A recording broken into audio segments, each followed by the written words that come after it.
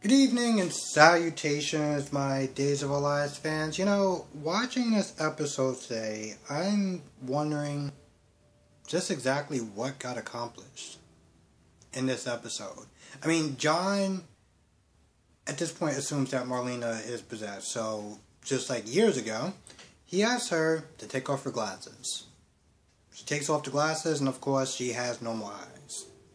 Now, I saw the previews. And, eventually he does find out that, she is possessed. But it didn't happen in this episode. Normal eyes and everything like that. He starts questioning her decisions, like her actions, pretty much. Particularly with Doug and the whole restrictions and stuff like that. And it just seems like Marlena snaps at him. It's saying, who are you to sit there and question my judgment? If, Kayla has a problem with me, she could sit there and talk to me directly. That's between me and Kayla, not you have... She pretty much snapped at him. And he was like, oh, okay, alright, well, you know what's best, so, yeah. And he just kind of drops it. I felt like at this point, he still feels, suspicious of her. He wasn't just questioning her eyes, he was questioning her judgment and the way she was acting. Noticed that she was acting off. So when he leaves, the D, because I'm not saying that name still, is like, yeah, after he says that he can, change his appearance, change his eyes. You would sit there and think that he didn't think about that years ago when this whole thing first started. But, okay, cool. Now we can, now we're thinking 25 years later. Now we're thinking, okay, cool. He was like, yeah, today he thought he was going to outsmart me. But this guy is still suspicious. And that's going to be a problem. So I wonder what he's going to do to John. Now, Johnny's not there talking to Marlene. Well, no, Johnny's not there talking to Chanel. And he's telling Chanel that Marlena signed off on it, it's going to be great and everything like that, but he also is like, she seems off, particularly the fact that she was really happy, she seemed like she was too excited, even sitting there making a joke talking about don't skimp on the special effects, and also the awkward tension between her and John, the fact that they don't really argue, and it was just kind of off-putting to sit there and see Marlena kind of snap at John, and even sit there kind of like telling him to be quiet, pretty much, like just the way she was towards John just felt off. I feel like that's going to start to happen. It's like a slow domino effect. John is already suspicious. Johnny is suspicious, so it's only going to be a matter of time before they do kind of figure it out, but, well, the woman that plays Marlena said that this is going to last all the way through the holidays, so, yeah. Johnny's excited. He goes over to Allie's place to get her to sign the contract, and even tells her that not only does Marlena support it, but, it said yes, but she is fully on board. Like, she is kind of excited about this movie, pretty much. So it even surprises her, but then, Allie's like, well, how does John feel? And, Johnny's like, well, not good. Pretty much not good.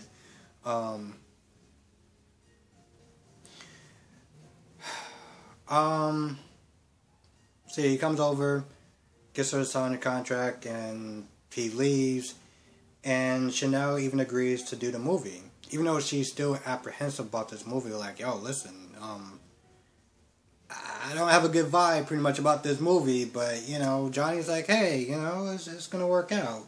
Hell, even Chanel's like, yo, you got your dad that wants to be in a movie, but now he only wants to be in a movie to stick it to his brother, and of course it's going to cause awkward tension between, Abby and Chad and You got John there. Like, this whole thing seems kind of dysfunctional from the start.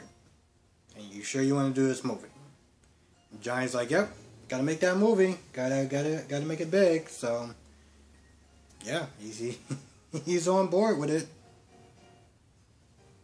Now, Allie and Trip are spending some time together, obviously. And, apparently Trip can sew. But at first I was like, he said it was a Boy Scout thing, but then he was also like, because he's a doctor, they gotta learn how to, like, sew stuff or whatever, like, flesh or whatever. So, apparently Henry kind of tore his little blankie or whatever, and so he sewed it together, and he also stitched his initials on it. And, Allie is all happy and stuff like that. I'm sitting there thinking, alright, so this is going to be the time you're going to sit there and drop that hour, right? No? No, we're not doing it today? Oh, okay, cool. So this guy can even sew, on top of being a doctor and all his good qualities, and I'm pretty sure that she still has feelings for Chanel. So, just a complete waste at that point. Like, I don't know about Allie some days. I really don't. Really don't. Okay, is it my imagination? Is it my imagination? And I know that I said that Chanel does not, this actress does not look as pretty as the other actress. Is it my imagination, or did Chanel actually get slightly prettier? Like, seriously, I've noticed that for the past couple of days, and I was like, there's something off about Chanel, and I can't put my finger on it. Did she get a little prettier? I mean, I'm not gonna lie. I wasn't even gonna sit there and say this, but like, I was even sitting there kind of looking at Allie for a hot minute. Like, yo, I've been getting on Allie since day one, and well, I don't really see that stopping. But for some odd reason, I was like, is it my imagination, or is Allie looking a little kind of like somewhat kind of hot? I don't know. Like, I was just like looking at like, is it the lighting? Is it my mood? I mean, I'm gonna be honest. I did have a better day today than I did yesterday. But I don't know what it is. But I was like, is it my imagination, or is she? I'm looking alright. I don't know. Maybe what she was wearing. It's a little kind of weird, and I can't really wrap my head around it. And I'm probably gonna instantly regret saying that later on. But well, I know I will, because it's Allie. But for some odd reason, right now, I'm just like.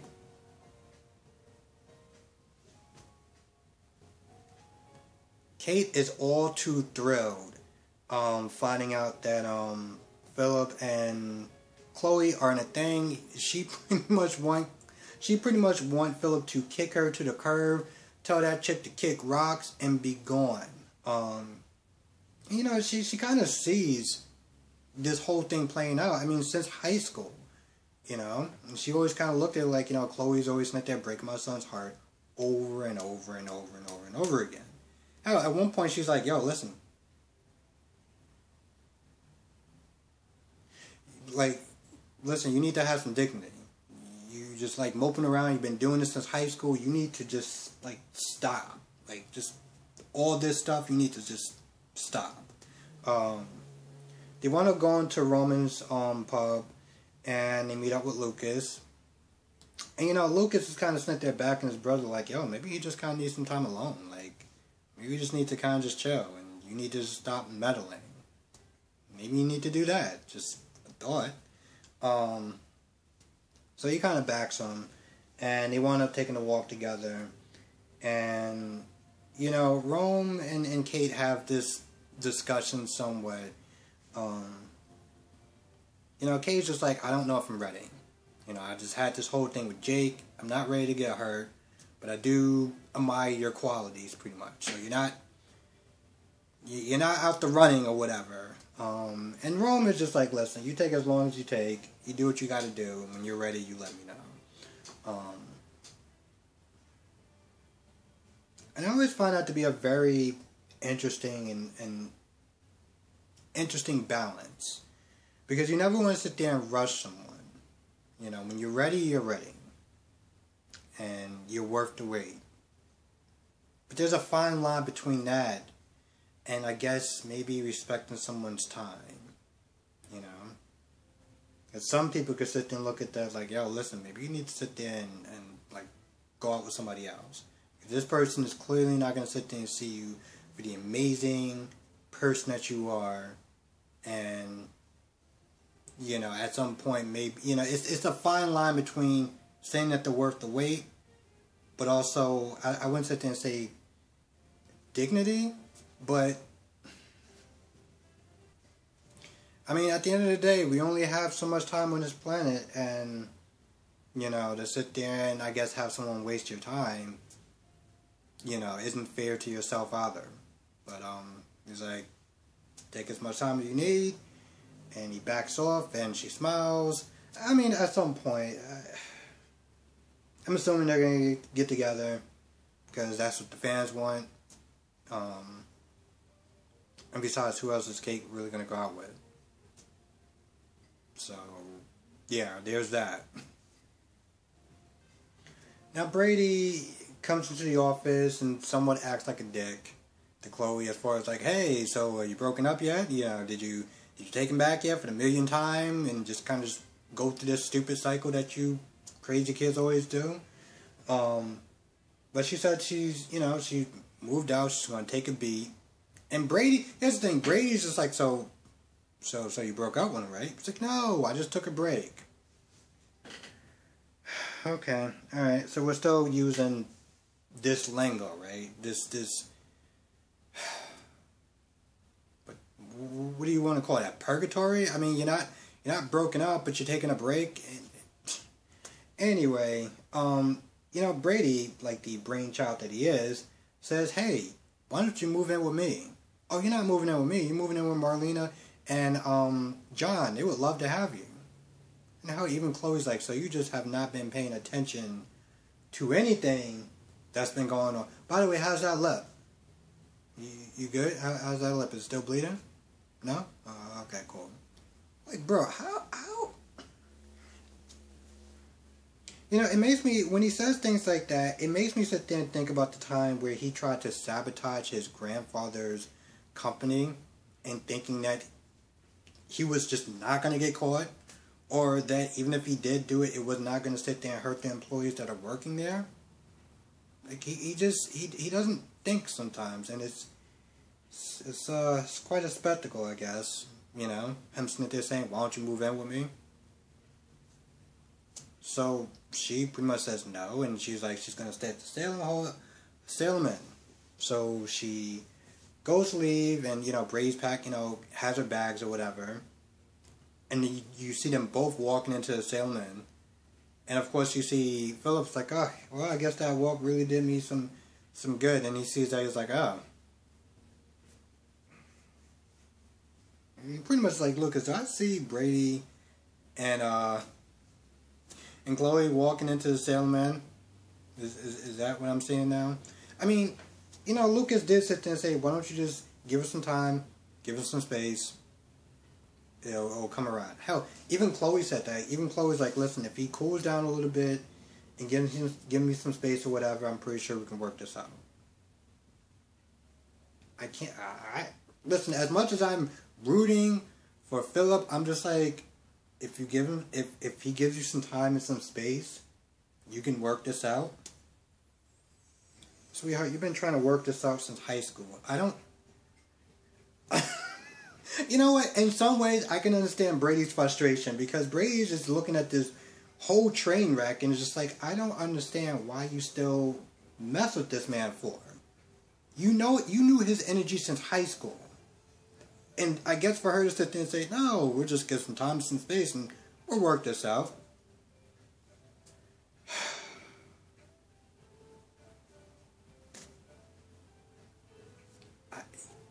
It's things like that that just kind of leaves me speechless. I'm just like, what goes on in your head when you wake up in the morning? Like, how do you function? You know what? When she says things like that, I'm just like, you know, you and Brady, maybe you're out so bad together. Because, you know, I mean, Brady doesn't always sit there and use the old noggin, and apparently Chloe others. So maybe Philip is just better off. There's just so many reasons. Oh, there's one point where Kate is like, you know, does she not know what Brady does to you? You know?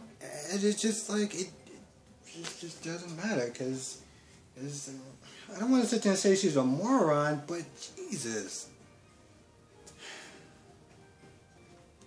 I'm not gonna lie, I kind of figure like I covered everyone. If I missed anyone, or if I missed anything like usual, please write it down in the comment section below. I want to thank you for watching. Be safe. See you in the next video.